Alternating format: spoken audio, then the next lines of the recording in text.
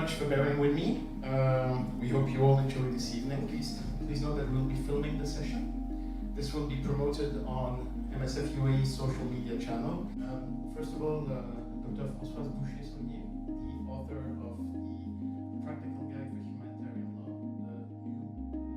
Law. It's a great pleasure. Please have a great evening and do stay tuned for future talks like this one. Thank you very much.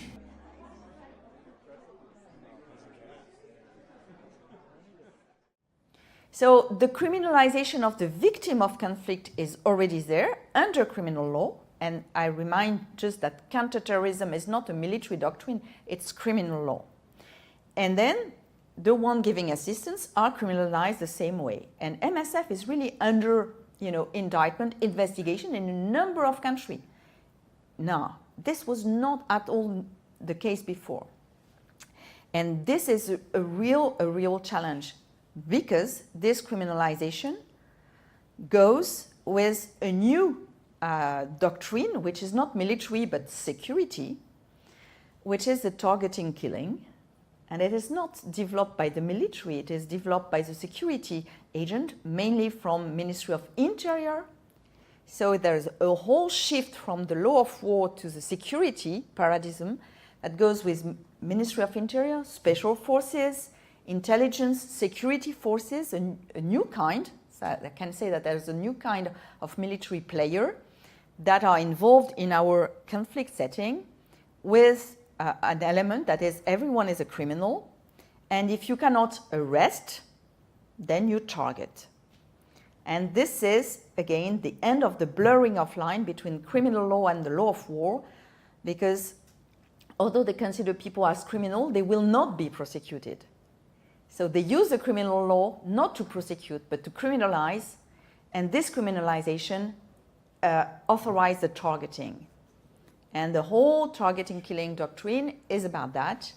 And in our field, in our operation, with the use of force, the use of military force to target people considered as terrorists, because it's impossible to arrest.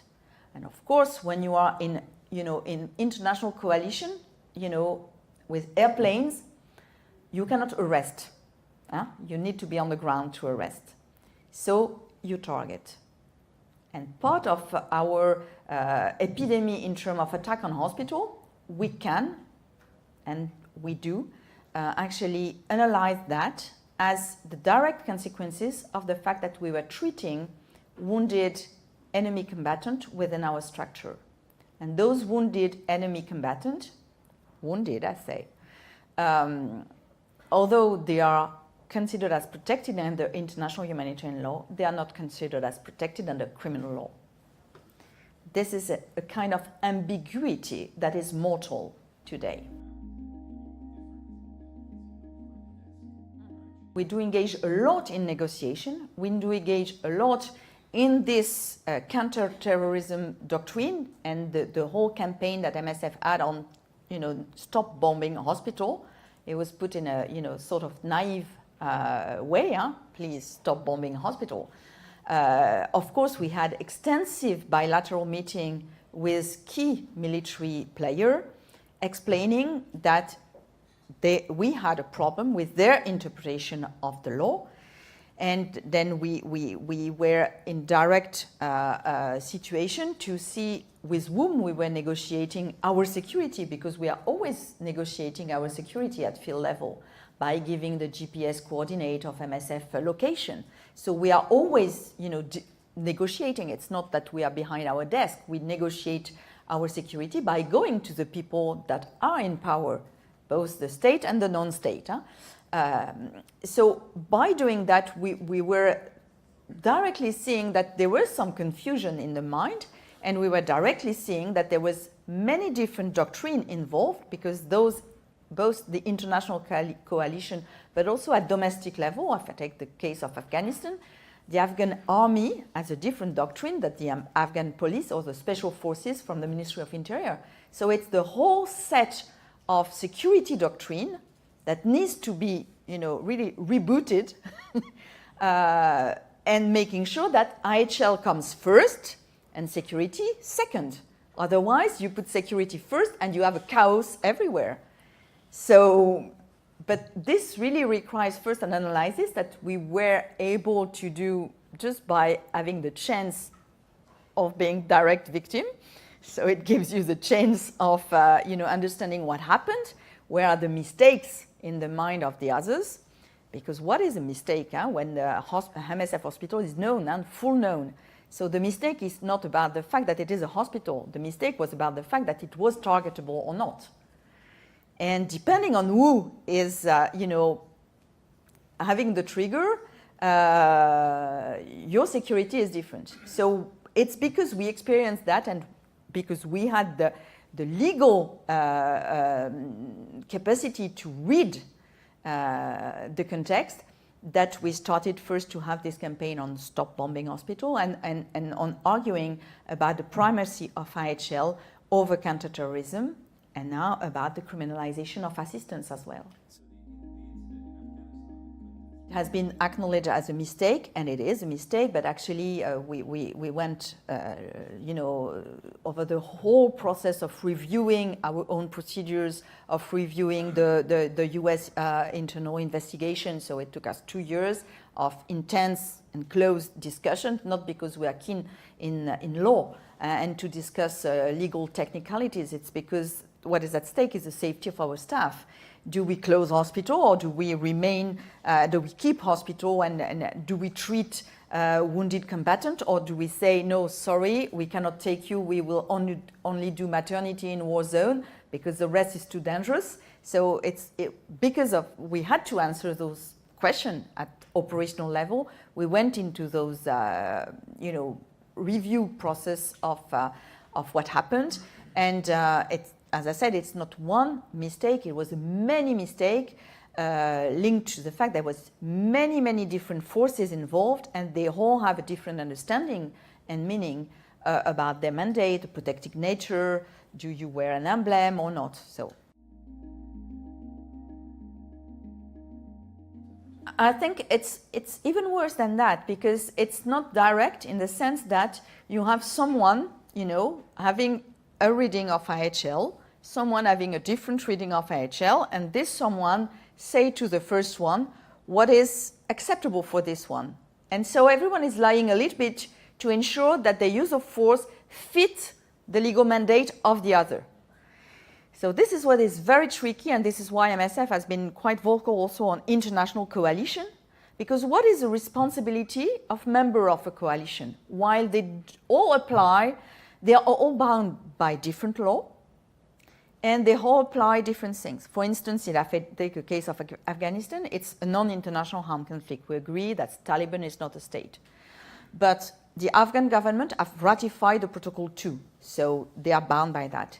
The US, being in the coalition, they have not ratified the Protocol 2. So how do they consider within their own military manual non-state armed group and non-state armed wounded? How do they consider? How does it fit within their manual? Take the case of the Yemen or the Syria. We have international coalition with a different set of actors, all applying their own IHL reading. And today, MSF has been pushing and is also involved in reviewing the domestic law of war manual of the different player of the different conflict to ensure that we have the same understanding than them. If I take the case of Nigeria, with Boko Haram again being both a terrorist and a non-international armed conflict, Nigeria has ratified Protocol 2, meaning that there should be a clear legal framework for this armed conflict and for our humanitarian work.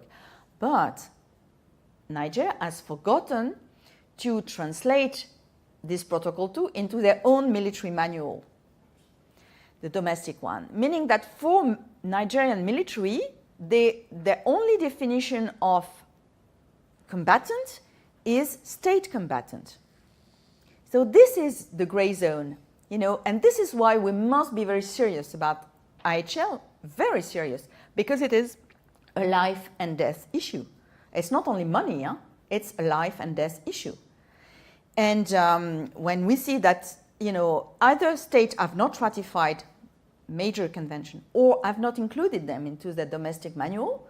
The military, they go with a certain number of criteria because they have standard operating procedures that are well designed, but they don't apply principles. Huh?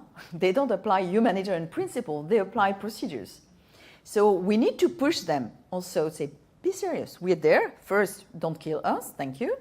But also, you know, and then they start saying, but what are you actually? You are an NGO, a private NGO. What is a private NGO under IHL? And then we have, again, to explain that under Article 3 Common, the International Committee of the Red Cross and other impartial humanitarian organizations are protected, entitled to a number of things. Oh yes, thank you. So you are. So all this, really, there are details, but we know that the devil likes details and is really very, very keen of such things. And in situation of war, you cannot have ambiguity. It's not possible. I mean, we have not given up until now, although I think that the problem is almost over, because the state have pushed, it's not IHL, it's really the rescue at sea, which is one of the most ancient international right, rescue at sea. And for, you know, convenience or political convenience, we see that states are able to compromise the most basic, fundamental and historical rights of human beings for not drowning at sea. So we are, you know, fighting this battle. We find ourselves quite alone. We are indicted for human trafficking. We are deprived of flags for boats. Panama has withdrawn its flag under pressure from another state. So, but we're still fighting. I mean, for us, and for me, of course, as a lawyer, I have no problem with legal fight. And I know that law is about fighting in a peaceful way. It's not, you know, deadly. So we still go on with this fight, trying to raise awareness about what is behind. Because state convenience, saying, no, we cannot take all those refugees, this is real, this is serious, for sure. But the solution should be political. The solution should be between states and not, you know, condemning the victim.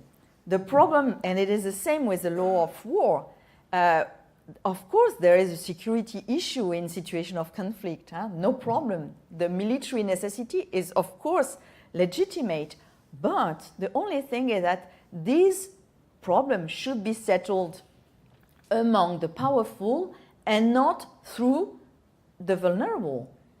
Because you cannot do politics by just letting the most vulnerable die. This is not about politics. This is about extermination. And politics is about how do we live together and how the power is used to enable all of us to live together in peace. And what happens is that it is the vulnerable, it is the victim that is considered to be the problem. This is not, I mean, the victim is never the problem. It is the consequence of the failure of others. And this is where humanitarian organizations must stay. We must stay by the victim, saying the victim is not the, you know, the coupable. It's not the one. Otherwise, you just condemn the victim, and then everyone, you know, if the victim is guilty, it's fine. We can live in peace. This is not a proper solution. Not for situation of conflict and not for situation of rescue at sea. So where the issue is life and death of the most vulnerable. So it's really about, you know, as I said, humanitarian law is not about a perfect humanity. It's the very minimum threshold of humanity. The alternative to humanitarian law is simple. It is inhumanity. So now it's just our choice. I'm not saying that it is easy, but we should not, you know, miss the right battle. This is interesting. I would say that we cannot be pessimistic as being humanitarian because we lose all our battles. Fine, okay? It's not an issue of pride. But we always succeed in some also. I mean, if I put it differently, I mean, we never save everyone because it's not our objective and nor our capacity. But we know that if we stop, it is worst. So we never stop. This is it, as simple as that. Because we know that we don't solve the situation, but if we stop, it will be far worse. So the issue is always, and what is very positive is that we also always discover that it is not the intention of the one doing that to end with that consequence. No one is willing to let everyone die in the Mediterranean. And this is what is useful for us. Because if there was an intention, we will be desperate.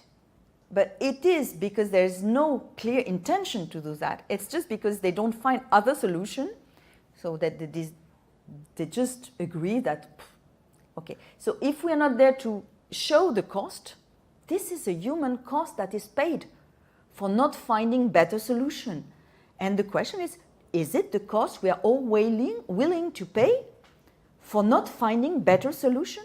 Our job as humanitarians is only that. We're not there to bring solution, but to bring up the human cost for not finding better ways.